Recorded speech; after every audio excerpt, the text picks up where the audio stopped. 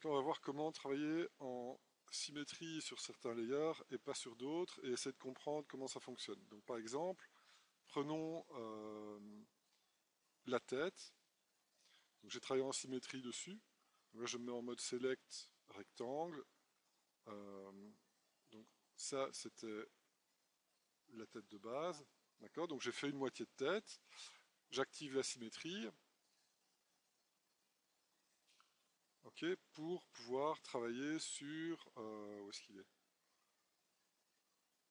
Ici, voilà. Travailler sur l'autre partie en même temps, pouvoir ajuster certains points de manière symétrique, etc. D'accord. Maintenant, si j'affiche le torse que j'ai déjà fait, eh bien on voit qu'il me fait un miroir sur le torse. Or, c'est pas ça que je lui demande. Moi, je veux le miroir que sur la tête. Si je décoche Enable Symmetry, on voit que la partie non symétrique du torse est toujours là. D'accord. Maintenant, j'ai envie d'appliquer cette symétrie sur le layer de la tête, mais pas sur le layer du torse. Eh bien, je sélectionne le layer de la tête. Je vais aller dans Retopo, Apply Symmetry to Current Layer. Je peux décocher maintenant la symétrie et on voit qu'il a bien appliqué la symétrie seulement sur le layer de la tête, pas sur le layer du torse. D'accord. Et donc on peut travailler sur certains objets ou certaines portions d'objets en symétrie. Au niveau de la prévisualisation, il va vous montrer qu'il le fait sur tous les objets, mais en fait, il y a moyen de l'appliquer sur un seul layer. Et ça, c'est assez important à comprendre, ce qui fait que, par exemple, je pourrais travailler sur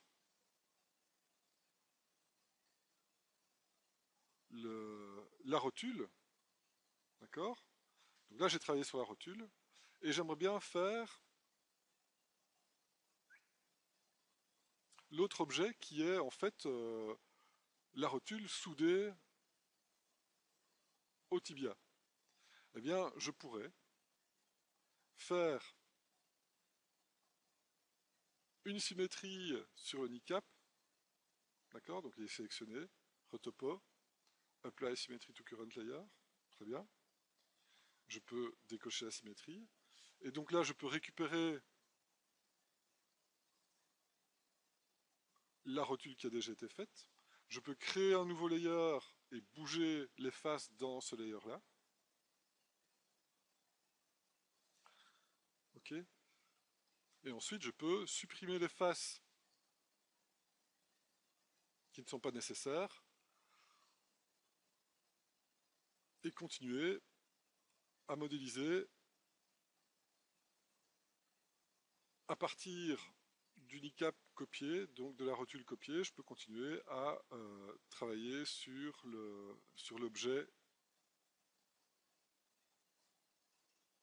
et même faire un stroke sur la partie du dessous avant de continuer à travailler et à souder le reste. D'accord. Et donc il y a moyen de continuer à travailler, etc. sur l'objet. D'accord. Donc toujours essayer d'optimiser son workflow en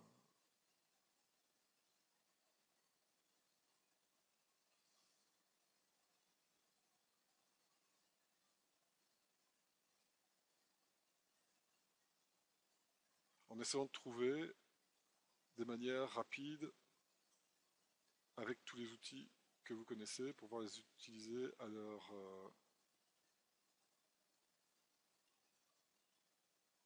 max. D'accord. Alors, pendant que vous travaillez, toujours bien faire vos UV au fur et à mesure.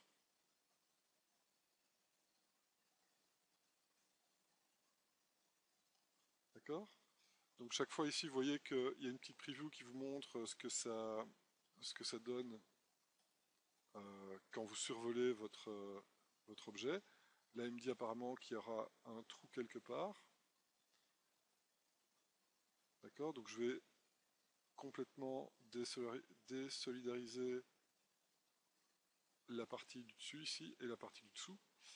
Et une fois que c'est fait, eh bien vous refaites un unwrap et automatiquement il va mettre à jour toute votre page en intégrant la modélisation que vous faites. D'accord? Donc vous pouvez voir évoluer le premier jet de vos UV au fur et à mesure.